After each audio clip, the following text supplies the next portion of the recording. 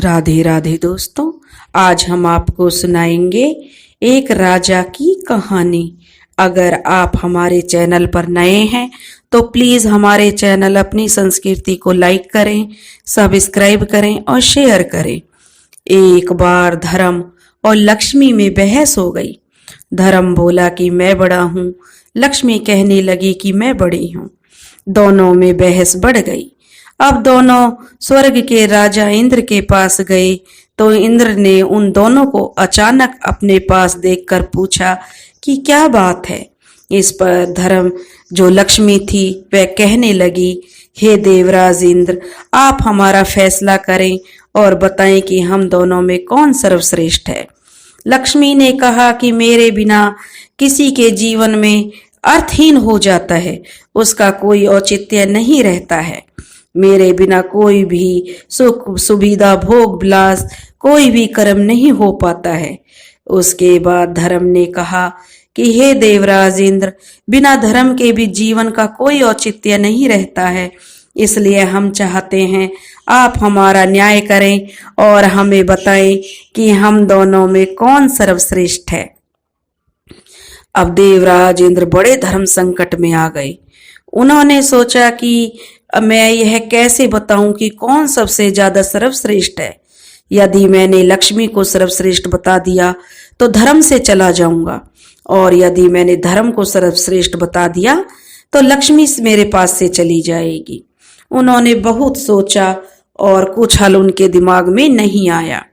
जब बहुत देर हो गई तो उन्होंने दोनों से कहा कि मुझसे भी ज्यादा न्यायप्रिय धरती पर एक राजा है, उसका नाम विक्रमादित्य है। आप दोनों उसके पास जाओ और उससे अपना न्याय करवाओ, वह दोनों का न्याय बड़ी सरलता से कर देगा। लक्ष्मी और धर्म दोनों पृथ्वी लोक पर आ गए और दोनों राजा विक्रमादित्य के दरबार में पहुंचे और बोले, हे राजन, आप बहुत ही न्यायकारी राजा हैं, आपका देवता भी गुणगान करते हैं। हे राजन, आप हमारा न्याय करें। राजा विक्रमादित्य बोले कि ठीक है, पहले आप दोनों मुझे अपनी बात बताओ कि फिर मैं तुम दोनों का किस्सा सुनकर ही यह बताने में समर्थ हो जाऊंगा कि कौन आप दोनों में सर्वश्रेष्ठ है। लक्ष्मी और धर्म ने अपनी अपनी बात राजा विक्रमादित्य को बताई। लक्ष्मी बोली कि हे राजन, यदि मनुष्य के पास मैं ना रहूं तो उसका जीवन अर्थहीन हो जाएगा, इसलिए मैं खुद को बड़ी बता रही हूँ। तभी धर्म बोला, हे राजन, बिना लक्ष्मी के तो जीवन चल सकता है, बिना लक्ष्मी के तो व्यक्ति रह सकता है, पर धर्महीन होने के बाद मनुष्य के जीवन का अर्थ ही समाप्त हो जाएगा। इसलिए राजन, हम दोनों का न्याय करें और बताएं कि हम दोनों में कौन श्रेष्ठ है। राजा विक्रमादित्य बहुत विद्वान थे। वह समझ गए कि यह बहुत ही कठिन न्याय है।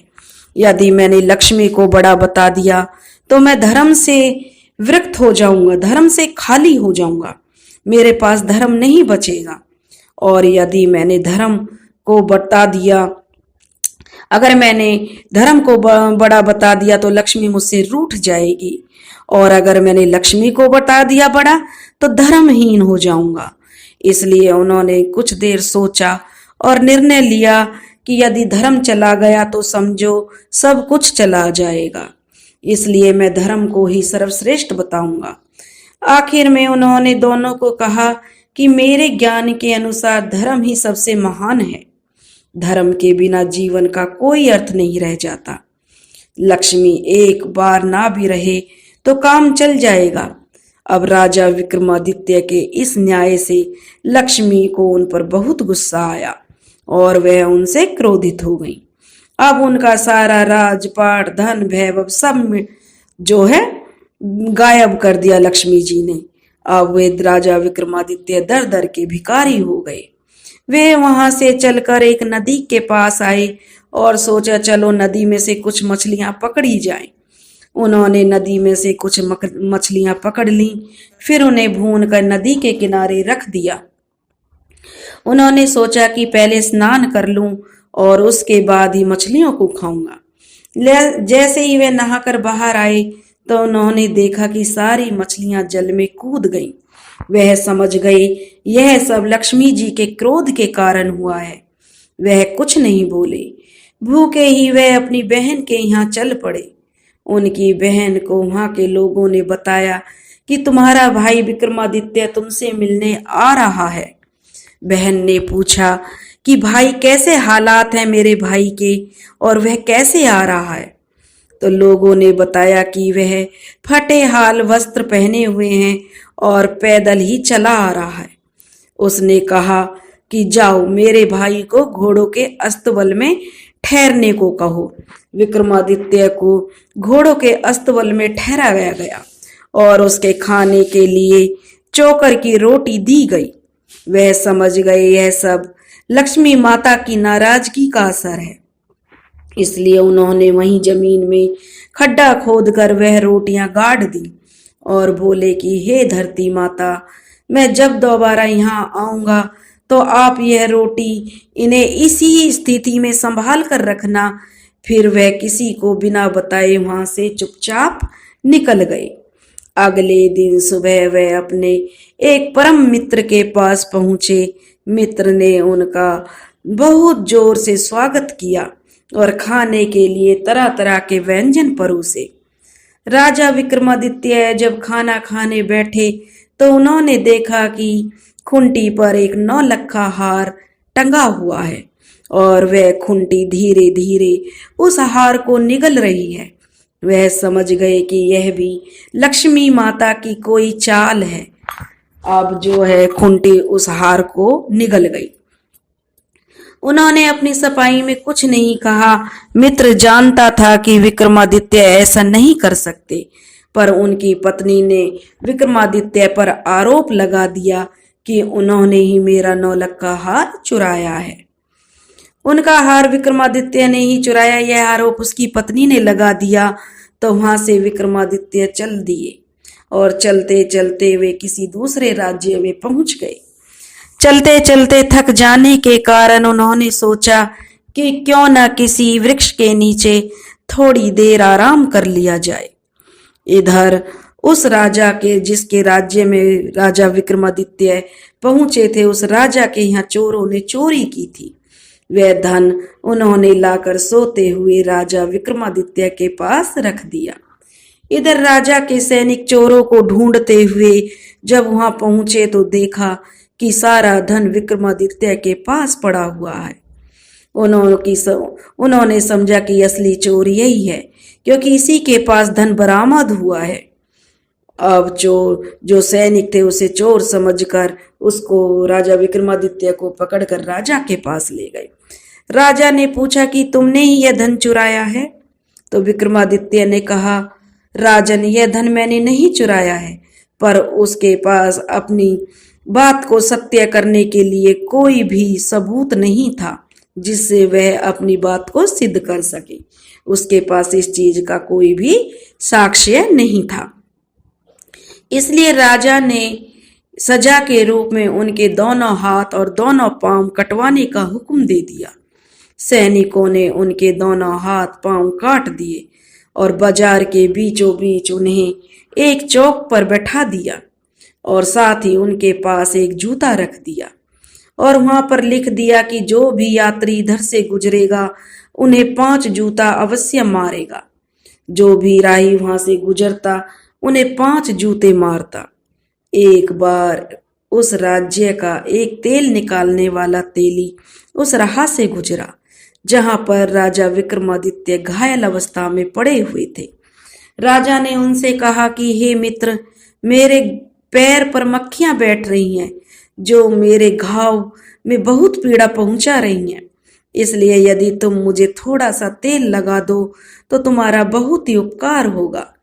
पहले तो तेली हंसा और फिर बोला, एक तो तुम मुझसे प्रार्थना कर रहे हो, दूसरा मुझे मित्र बोल रहे हो, क्योंकि वह तेली एक बहुत ही सच्चा और दयालु व्यक्ति था। उसने थोड़ा सा तेल उसके घाव पर लगा दिया।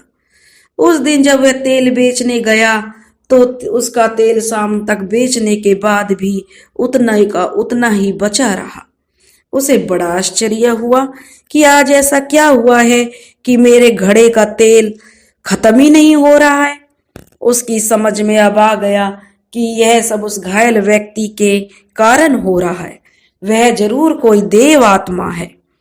तेल बेचने वाला तेली जब अपने घर पहुंचा तो वह बहुत ही खुश था। उसकी पत्नी ने उसकी खुशी का कारण पूछा तो उसने सुबह की सारी बात अपनी पत्नी को बता दी कि कैसे एक लूले लंगड़े व्यक्ति को उसने जो तेल लगाया है। वह बोला वह व्यक्ति जरूर कोई दिव्य आत्मा है। उसकी पत्नी ने कहा कि आप किसी भी प्रकार उस व्यक्ति को अपने घर ले आओ।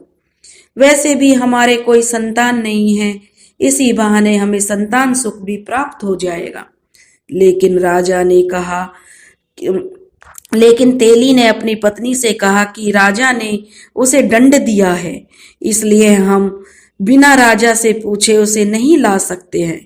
इसलिए पहले हमें राजा से एक आज्ञा लेनी होगी और उसके बारे में बात करनी होगी। तेली ने अपनी पत्नी को समझाया तो वह बोली कि आप कल सुबह जाकर राजा से बात करना, अब देरी करना ठीक नहीं है। अगले दिन सुबह सुबह वह तेली राजा से मिलने पहुंच गया। राजा ने उससे आने का कारण पूछा तो वह तेली बोला, मालिक, यदि आप आज्ञा दे तो मैं उस लूले लंगड़े व्यक्ति को अपने घर ले आऊं।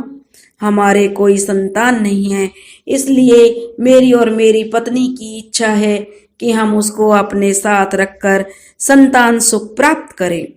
राजा कुछ देर तक सोचता रहा और फिर बोला, वैसे भी वह व्यक्ति हमारे किसी काम का नहीं था, इसलिए तुम उसको अपने घर ले जा सकते हो। राजा की आज्ञा मिलते ही वह तेली राजा विक्रमादित्य को अपने घर ले आया। जैसे ही विक्रमादित्य उस तेली के घर पहुंचे, उसके हर कार्य में बढ़ोतरी होने लगी, हर कार्य अच्छा होने लगा। जितनी उसकी वे सेवा करते उतनी ही सुख समृद्धि उनके घर में बढ़ने लगती। इधर राजा की जो राजकुमारी थी वह बहुत ही सुंदर और विदुषी थी। वह लगभग हर कला के क्षेत्र में पारंगत थी। वह शाम को दीपक राग गाकर महल और शहर के दियों को प्रज्वलित करती थी और फिर जब वह रात को दिए बुझाती तो विक्रमादित्य फिर से दीपक राग गाकर दिए प्रज्वलित कर देते। ऐसा जब 2-3 दिन तक लगातार हुआ तो राजकुमारी को विश्वास हो गया कि राज्य में कहीं ना कहीं राजा विक्रमादित्य रहते हैं, क्योंकि दीपक राग गाने वाले गिनती के ही लोग हैं जिनमें राजा विक्रमादित्य का स्थान सबसे सर्वश्रेष्ठ था। उधर राजा ने राजकुमारी का स्वयंवर रच दिया। दूर दूर के राजाओं को राजकुमारी के स्वयंवर में आने के लिए आमंत्रित कर दिया। जिस दिन राजकुमारी का स्वयंवर था, उस दिन विक्रमादित्य ने तेली से कहा कि हे पिताश्री, मैं भी स्वयंवर देखना चाहता हूँ, इसलिए आपसे प्रार्थना है कि मुझे उस स्थान पर लेकर चलें। तेली ने उसे बहुत समझाया कि तुम चल फिर नहीं सकते हो तो बताओ, कहीं तुम्हें कोई चोट लग गई तो बहुत दिक्कत हो जाएगी। लेकिन जब विक्रमादित्य जिद पर अड़ गए तो वह तेली उन्हें ले जाने के लिए राजी हो गया। वह बोला, प्रातः सुबह मैं तुम्हें स्वयंवर दिखाने ले चलूंगा। थोड़ी देर के बाद राजा का सैनिक यह संदेश लेकर आया कि उन्हें 100 घड़ा तेल सुबह तक चाहिए। तेली ने कहा, अरे भाई, यह कैसे संभव हो सकता है, यह तो बहुत ज्यादा है। वह बोला, मैं कितनी भी मेहनत कर लूं पर सुबह तक 100 घड़े तेल नहीं निकाल सकता। सैनिक कहने लगा कि यह तो राजा का आदेश है, आपको यह कार्य करना ही होगा, वरना आप सजा के लिए तैयार हो जाओ। अब तेली बहुत ज्यादा घबरा गया। उसे बहुत तनाव में देखकर वह यह तो असंभव कार्य है, तो यह सोच सोचकर वह बहुत दुखी हो रहा था। तभी विक्रमादित्य ने पूछा कि पिताश्री, आप इतना चिंतित क्यों हैं? तो तेली ने अपनी चिंता का कारण राजा विक्रमादित्य को बताया और कहा कि राजा ने 100 घट मंगवाए हैं सुबह तक, इसके कारण कि मैं यह 100 घड़े सुबह तक तेल नहीं निकाल सकता, इसकी चिंता मुझे बहुत हो रही है, क्योंकि यह बहुत ही असंभव कार्य है। तब राजा विक्रमादित्य ने कहा, पिताश्री आप चिंता ना करें, आप मुझ पर विश्वास कर लें, कल हम उन्हें 100 घट तेल अवश्य दे देंगे। तेली को विक्रमादित्य की शक्तियों का भान था। उसने राजा को कहकर 100 घड़े तेल के लिए मंगवा लिए। अब सैनिक 100 घड़े लेकर तेली के घर में रख गया। रात में राजा विक्रमादित्य तेली से बोले, अब आप दोनों आराम से सो जाएं, मैं रात में 100 घड़े तेल निकाल दूंगा। तेली की पत्नी बोली, बेटा तेरे तो हाथ पैर भी नहीं हैं, बता तू कैसे बैलों को चला पाएगा। विक्रमादित्य ने कहा कि मां तू निश्चिंत होकर सो जा, मैं सब काम कर लूंगा। रात में विक्रमादित्य ने 100 घड़े तेल निकाल दिया। सुबह जब राजा के सैनिकों ने देखा तो वे आश्चर्य में भर गए। तेली और तेलिन तो दोनों ही अपूर्ण विश्वास हो गया था उन्हें, जो तेली और उसकी पत्नी तेलिन थे, कि जरूरी यह लड़का कोई देवता है, इसलिए अब कोई चिंता नहीं करनी चाहिए। अगले दिन तेली ने विक्रमादित्य को नहला धुला कर नए वस्त्र पहना दिए, फिर उनको ले जाकर स्वयंवर से दूर बैठा दिया। कुछ समय उपरांत राजा और राजकुमारी सब स्वयंवर में की जो सभा लगी थी उसमें आ गए। जब राजकुमारी को चुनाव करने के लिए भेजा गया तो उन लोगों में वह राजा विक्रमादित्य को देखने लगी, परंतु उसे राजाओं में किसी भी राजकुमार में ऐसा तेज नहीं दिखाई पड़ा कि वह विक्रमादित्य के जैसा लगे। तभी उसकी निगाह दूर बैठे उस अपंग व्यक्ति पर गई उसे देखकर उसमें बहुत तेज दिखाई पड़ा। उसका तेज देखकर वह समझ गई कि जरूर यही राजा विक्रमादित्य है। बस फिर क्या था, वह माला लेकर और उस ओर चल पड़ी और उस अपंग के पास पहुंचकर माला उसके गले में डाल दी। वहां मौजूद सभी राजा राजकुमार और लोग आश्चर्यचकित होकर देखने लगे कि आखिर राजकुमारी ने ऐसा क्यों किया। राजकुमारी के घर के लोगों ने कहा, लगता है राजकुमारी की तबीयत सही नहीं है, इसलिए उसे यह गलती हो गई है। सबने राजकुमारी को पंखा करने लगे, जल पिलाने लगे और फिर दोबारा से उसे माला देकर कहा कि जाओ अपने जो वर का चयन करो। राजकुमारी फिर माला लेकर विक्रमादित्य के गले में डाल दी। वहां मौजूद जन समूह को लगा कि राजकुमारी का सच में स्वास्थ्य ठीक नहीं है, इसलिए वह इस प्रकार का व्यवहार कर रही है। इतनी सुंदर राजकुमारी आखिर किसी अपाहिज के गले में माला क्यों डाल रही है। आखिर में लोगों के सुझाव से राजकुमारी को फिर से मौका दिया गया कि वह अपने सही वर का चुनाव कर सके। इस बार भी राजकुमारी ने विक्रमादित्य के गले में ही माला डाली। राजकुमारी के व्यवहार से राजा और राजकुमार सभी क्रोधित हो गए। राजकुमारी के पिता से बोले, आपकी पुत्री को यदि एक अपाहिज से ही विवाह करना था तो हम सबको आपने आमंत्रण क्यों भेजा। राजा भी बहुत शर्मिंदा था, पर क्या करते, सामाजिक रीतियों का पालन तो हर पिता माता को करना पड़ता है। इसलिए उन्होंने राजकुमारी का विवाह उस अपाहिज व्यक्ति से करवा दिया और राजमहल से विदा होकर राजकुमारी राजा विक्रमादित्य के साथ उस तेली के यहाँ आकर रहने लगी। तेली और तेली की पत्नी इस बात से बहुत चिंतित थे कि राजकुमारी आखिर उनके साथ कैसे रह पाएगी। वह तो राजकुमारी है, बड़े महलों में सुख सुविधाओं में रहती है और हम कहाँ मामूली से तेली हैं। पर राजकुमारी ने उनकी इस चिंता को भी निरर्थक साबित कर दिया। वह उनके साथ सहजता से ही घुल मिल गई और उनके साथ आराम से रहने लगी। विक्रमादित्य ने राजकुमार से कहा कि आज उनका हिरण का मांस खाने का मन है और वह राजकुमारी से कहने लगे कि वह जाकर अपने भाइयों से ताजा शिकार किए गए किसी हिरण को मांग कर ले आए। राजकुमारी का मन नहीं था कि वह जाकर भाइयों से कुछ मांगे, पर वह अपने पति की इच्छा को भी नहीं मारना चाहती थी। इसलिए मन मार कर वह अपने भाइयों के पास गई। जब उसकी भाभियों ने उसके आने का कारण पूछा तो उसने बता दिया कि उसके हिरण का मांस खाने की इच्छा है। वह विक्रमादित्य की इच्छा को अपनी इच्छा बता गई। वह नहीं चाहती थी कि उसके पति के बारे में उसकी भाभियां कुछ गलत कहें। फिर भी भाभियों ने उसके पति के बारे में उसे बहुत सुनाया। बोली, जब हिरण का मांस का इतना ही शौक था तो किसी अच्छे राजकुमार को चुनती। राजकुमारी उनकी जली कटी बातें सुनकर वापस आ गई, क्योंकि उसकी भाभियां कह रही थी, शौक तो बड़े बड़े अच्छे अच्छे रखती हो, मांस खाना है हिरण का, तो राजकुमार को क्यों नहीं चुना जो तुम्हारे लिए शिकार करके लाते। तुमने तो उस अपंग को चुना है जो अपना भी ख्याल नहीं रख सकता है, तो वह तुम्हारी इच्छाओं को कैसे पूरी करेगा।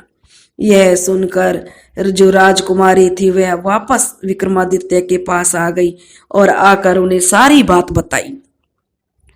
अब राजा विक्रमादित्य ने कहा कि कोई बात नहीं, तुम उनसे मेरी तलवार और घोड़ा मांग लाओ। राजकुमारी बोली, ठीक है। जब वह जाने लगी तो विक्रमादित्य को कुछ याद आया, तो उन्होंने कहा कि रुको, यह रुमाल है मेरा, इसे ले जाओ। राजकुमारी को यह कहते हुए राजा ने रुमाल दिया कि यदि मेरी तलवार और घोड़ा आने में कोई दिक्कत करे तो उन्हें यह रुमाल दिखा देना, वो चुपचाप आ जाएंगे। जब राजकुमारी वापस महल पहुंची तो उसकी भाभियों ने उसका फिर से मजाक बनाया। राजकुमारी बोली, इस बार मैं हिरण का मांस नहीं, उनका घोड़ा और तलवार लेने आई हूं। तलवार और घोड़े ने भी वहां पर आतंक मचा रखा था, हर कोई उनसे परेशान था। तब उसकी भाभियों ने सोचा कि ठीक है, यह यहां से इन्हें ले जाएगी तो यह उनका शिकार बन जाएंगे, इससे हमें भी सगुन मिलेगा। उन्होंने शहर से दोनों चीजों को ले जाने की स्वीकृति दे दी। जब राजकुमारी उन दोनों तलवार और घोड़ों को लेने गई तो तलवार सांप बनकर उसे काटने को दौड़ी और घोड़ा भी दुलत्तियां मारने लगा। अब राजकुमारी को कुछ समझ नहीं आ रहा था। तभी उसे याद आया कि विक्रमादित्य की कही बात कि उन्हें जब दोनों आने में आनाकानी करे तो मेरा रुमाल दिखा देना। उसने तुरंत रुमाल निकालकर उसे दिखा दिया। विक्रमादित्य का रुमाल देखते ही दोनों शांत हो गए। राजकुमारी ने तलवार उठा ली और घोड़े की लगाम पकड़कर वापस विक्रमादित्य के पास तेली के घर आ गई। जब शाम होने को हुई तो विक्रमादित्य ने राजकुमारी से कहा कि अब वह उसे घोड़े की पीठ पर बैठा दे, आज वह शिकार खेलने जाएगा। राजकुमारी ने कहा कि आप कैसे घोड़े की सवारी कर पाएंगे। विक्रमादित्य ने जब जिद की तो राजकुमारी और तेली ने मिलकर उसे घोड़े पर बिठा दिया, पर बिना किसी पकड़ के वह घोड़े से गिरने लगे। राजकुमारी यह देखकर बहुत दुखी हुई और उसकी आंखों में आंसू भर आए। उसने अपने आंखों के आंसुओं को छुपाने के लिए अपना चेहरा दूसरी ओर घुमा लिया। तभी उसे लगा जैसे घोड़े की लगाम को कोई उनके हाथों से खींच रहा है। उसने जल्दी से घूमकर विक्रमादित्य की ओर देखा तो वह आश्चर्य से हैरान रह गई। उसने देखा राजा विक्रमादित्य पूर्ण शरीर से घोड़े पर सवार थे। वह बहुत खुश हो गई। उसकी आंखों में यह जानने की जिज्ञासा भर आई कि यह सब आखिर क्या है। विक्रमादित्य ने उसे आश्वासन दिया कि शिकार से लौटने के बाद वह सारी बातें उसे बता देंगे। जब वह जंगल में पहुंचे तो उन्होंने जो भी शिकार किया उसके कान और पूंछ काट लिए और शिकार वहीं छोड़ दिया। उधर राजकुमारी के भाई भी शिकार पर गए हुए थे। उन्होंने जंगल में बिना कान पूंछ के जब ताजा शिकारों को देखा तो उन्हें लालच आ गया। उन्हें लगा कि यह ताजा शिकार उनके लिए तो किसी इनाम से कम नहीं है। उन्होंने वे सारे शिकार उठा लिए और वापस अपने महल की तरफ चलने के लिए मुड़े। उन्होंने इसके लिए शिकारी को धन्यवाद दिया कि उन्हें ज्यादा मेहनत नहीं करनी पड़ी और उन्हें शिकार हुए हाय मिल गए।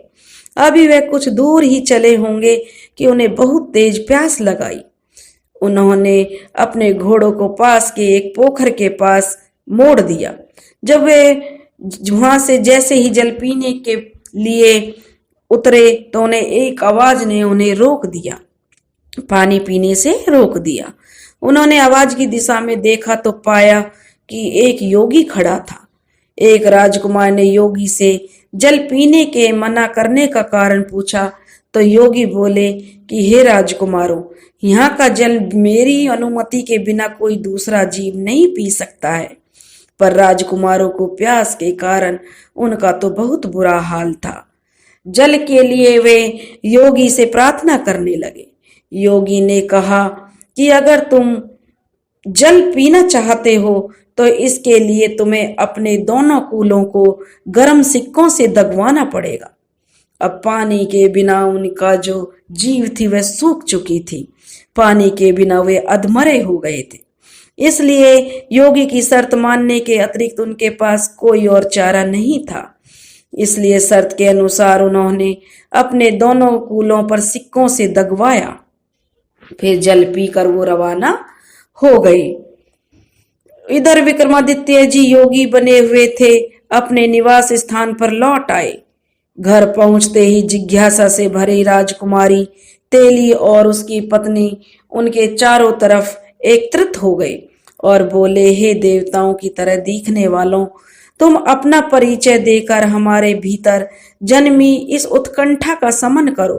राजा विक्रमादित्य को लगा कि अब उन्हें अंधकार में रखना सही नहीं है। वे बोले, हे धर्मपिता और माता, मैं राजा विक्रमादित्य हूँ। फिर उन्होंने अपनी आप बीती सारी बात उन्हें बता दी। जब उन्हें पता चला कि वो राजा विक्रमादित्य हैं तो वे उनके चरणों में गिर पड़े और अनजाने में हुए अपराध के लिए क्षमा मांगने लगे। राजा विक्रमादित्य ने उन्हें समझाया कि वे तो उनसे नाराज नहीं हैं, अपितु उन लोगों ने तो अपने स्वजनों यानी जो मेरे अपने परिवार वाले थे उनसे भी ज्यादा अच्छा व्यवहार उनके साथ किया है। अगले दिन सुबह राजा विक्रमादित्य राजकुमारी को फिर राजमहल में यह कहकर भेजा कि इस बार तुम अपने भाइयों से शिकार की मांग करना। यदि आनाकानी करें तो बोलना कि वो अपने उन शिकारों को केवल दिखा भर दे। जब वो शिकार को दिखाने पर राजी हो जाएं तो तुम्हें शिकार दिखा दें तो तुम उनसे पूछना कि उन शिकारों के कान और पूंछ कहाँ हैं। फिर विक्रमादित्य ने पिछली रात जंगल में घटी सारी घटना उन्हें बता दी और एक थैला उन्हें थमा दिया। वे बोले, आखिर तुम्हें यह थैला उनके सामने पलट देना, फिर मेरे बारे में उन्हें बता देना।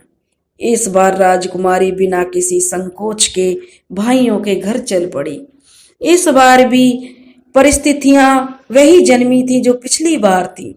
अपनी ननंद को देखकर उसकी भाभियां डींगे हाँकने लगी तो राजकुमारी ने वह थैला जो विक्रमादित्य ने उन्हें दिया था उनके सामने पलट दिया।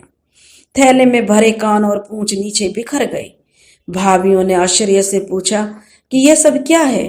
तब राजकुमारी बोली कि आप अपने पतियों से ही पूछो और उनसे पूछो थैले में भरे कान और पूंछ नीचे बिखरे हुए कान और पूंछ जो नीचे बिखरे हुए हैं वो कल पोखर में जल पीने गए थे तो उन्होंने उसका क्या भुगतान किया। जब भाइयों की पत्नियों ने उनसे पूछा तो सबने पिछली रात की सारी घटना बता दी। भाभियों ने आश्चर्य से राजकुमारी से पूछा कि उसके पास ये कान पूंछ कैसे आए तो उसने बताया कि वह योगी कोई और नहीं स्वयं उसके पति थे। भाभियों ने व्यंग से कहा कि यह कैसे हो सकता है, यह तो संभव ही नहीं है। एक अपाहिज भला यह सब कैसे कर सकता है। तब राजकुमारी ने बता दिया, जिसे वह अपाहिज कह रहे हो वह राजा विक्रमादित्य है। राजा विक्रमादित्य का नाम सुनते ही महल में खलबली मच गई। यह सूचना जब राजा को मिली तो वे भी घबरा गए। आखिर में उन्होंने राजा विक्रमादित्य को दंड जो दिया था। राजा, राजकुमार और मंत्रीगण सभी तेली के घर की ओर दौड़ पड़े। राजा और राजकुमार सभी राजा के पैरों में गिरकर क्षमा याचना करने लगे। राजा ने उन सबको कहा कि आप लोग दुखी ना हो, यह मेरे धर्म की परीक्षा थी, इसलिए आप लोगों की जो बुद्धि थी वह भ्रष्ट हो गई थी। अतः आप लोग यह बात अपने दिमाग से निकाल दो कि मैं आप लोगों से नाराज हूं। अब सब खुश हो गए और जो राजा था वह राजा विक्रमादित्य और अपनी बेटी को महल में ले गए। उनकी खूब आवभगत की। कुछ दिन वहां रहने के बाद राजा ने वहां से विदा ली और पूजे साजो सामान के साथ राजा ने उन्हें बहुत धन दौलत देकर विदा किया। राजा विक्रमादित्य उस राज्य से माल असबाब के साथ रवाना हुए। राजा ने भी उन्हें भरपूर सम्मान दिया। सैनिकों ने पूछा कि अब राजन हमें किस ओर चलें, तो विक्रमादित्य ने कहा कि आप लोग मेरी बहन के घर की ओर चलो। जब लोग विक्रमादित्य की बहन के नगर के पास पहुंचे तो बहन को उसके गुप्तचरों ने पहले ही समाचार दे दिया था कि उसका भाई विक्रमादित्य आ रहा है। तो उसने अपने कर्मचारियों से पता किया कि विक्रमादित्य किस परिस्थिति में आ रहा है। तो गुप्तचरों ने बता दिया कि वह पूरे लाव लश्कर के साथ आ रहा है। तो बहन ने तुरंत ही राज्य के कर्मचारियों से उनके भव्य स्वागत के लिए कहा और बोली उसे विशेष महल में ठहराया जाए। जब विक्रमादित्य बहन के नगर में पहुंचे तो बहन जो उनके लिए बेहतरीन व्यंजन बनाकर उनके स्वागत में पहुंची। राजा विक्रमादित्य ने वह भोजन करने से मना कर दिया और बहन को लेकर वे उसी गौशाला में पहुंचे जहां वह उस बहन ने पहले आए थे तो ठहराया था और भूसे की रोटी उन्हें खाने के लिए दी थी। एक जगह जमीन खोद कर उन्होंने सूखी रोटियां निकाली जो उस समय बहन ने उनके खाने को भेजी थी। जब उन पर लक्ष्मी जी रुष्ट थी, बहन बहुत शर्मिंदा हुई। उसे अपने किए पर बहुत शर्मिंदगी हुई। लेकिन विक्रमादित्य ने कहा, बहन मुझे इस बात का कोई दुख नहीं, पर तुम्हें संबंधों की मर्यादा का पालन करना चाहिए था। अगले दिन वे वहां से रवाना हो गए। अपने कर्मचारियों से मित्र के घर चलने को कहा। जब वह मित्र के घर पहुंचे तो मित्र बहुत प्रसन्न हुआ। बोला, तुम्हें प्रसन्न देखकर मैं बहुत खुश हूं। तुम्हारी यह विपत्ति टल गई। यह देखकर मन बहुत आनंद से झूम रहा है। आपसे मेरा अनुरोध है कि आज रात कम से कम मेरा आतिथ्य स्वीकार करें। विक्रमादित्य ने कहा कि मित्र, मुझे तो खुद भी तुम्हारे यहाँ रुकने की इच्छा थी। वह विक्रमादित्य को लेकर अपने विशेष कक्ष में गया। वे दोनों मित्र के बीच पुरानी बातों को लेकर चर्चा हो गई। रात को खाने के समय विक्रमादित्य को वही भोजन परोसा गया जहां पर खुंटी ने हार निगला था। विक्रमादित्य जैसे भोजन करना शुरू किया, खुंटी हर निवाले के साथ उस हार को उगलना शुरू कर दिया। विक्रमादित्य जैसे ही भोजन समाप्त किया, रानी ने नौलखा हार खुंटी पर टंगा दिखाई पड़ा। तभी राजा की निगाह खुंटी पर गई तो वह वहां उन्हें खोया हुआ नौलखा हार टंगा दिखा। राजा के आश्चर्य का कोई ठिकाना नहीं था। उन्होंने रानी से कहा कि यह कैसी अनोखी घटना है। इस हार की चोरी का इल्जाम तुमने मेरे मित्र विक्रमादित्य पर लगाया था। तब मैंने तुमसे कहा था कि ऐसा कार्य मेरा मित्र कदापि नहीं कर सकता। जो दुनिया की तकलीफों को हरता रहता है, क्या वह एक तुच्छहार के लिए इतना गिर सकता है? जाओ अपना हार ले लो। रानी को अपने व्यवहार पर बहुत शर्मिंदगी हुई। उसने हाथ जोड़कर विक्रमादित्य से क्षमा मांगी। तो राजा विक्रमादित्य बोले कि हे राजन, मेरी मति को उस समय न विक्रमादित्य से क्षमा मांगी और कहने लगी, हे राजन, उस समय मेरी बुद्धि को न जाने क्या हो गया था। मेरे अपराध की कोई क्षमा नहीं है। मैं चाहती हूं आप मुझे माफ कर दें। मेरी माफ करके मेरा दुख दूर करें। तभी विक्रमादित्य ने कहा कि आप लोग ज्यादा दुखी ना हो, वह सब तो समय का खेल था। मुझ पर माता लक्ष्मी रुष्ट थी, इसलिए वो सारी घटनाएं घटी। फिर उन्होंने वे सारी बातें विस्तार पूर्वक बताई और फिर अगले दिन अपने राज्य के लिए रवाना हो गए। जब वे अपने राज्य पहुंचे तो लक्ष्मी माता नगर के द्वार पर खड़ी हुई उन्हें मिल गईं और वे बोली, हे राजन, तुम सर्वश्रेष्ठ हो और मैं गलत थी, तुम बिल्कुल सही हो, इसलिए मैंने तुम्हें जो दंड दिया उसके लिए मैं दुखी हूँ। क्या पुत्र अपनी माता को क्षमा नहीं कर सकता? विक्रमादित्य माता लक्ष्मी के पांवों में गिर पड़े और बोले, हे माँ, आप ऐसी बातें ना करें। आपकी परीक्षा से मेरा भी निखार हो गया है, इसलिए मैं आपका आभारी हूँ। विक्रमादित्य ने विनम्रता से माता लक्ष्मी बहुत प्रसन्न हुई और बोली, हे विक्रमादित्य, मेरा तुझको आशीर्वाद है। जब तक यह दुनिया रहेगी लोग तुम्हें नहीं भूल पाएंगे। और आशीर्वाद देकर माता लक्ष्मी अंतर्ध्यान हो गई। राजा अपने नगर में खूब पहुंच गया और बहुत सुखपूर्वक वह अपना जीवन व्यतीत करने लगा। दोस्तों, अगर कहानी अच्छी लगी हो तो प्लीज ज्यादा से ज्यादा लाइक करें, शेयर करें और सब्सक्राइब करें। राधे राधे।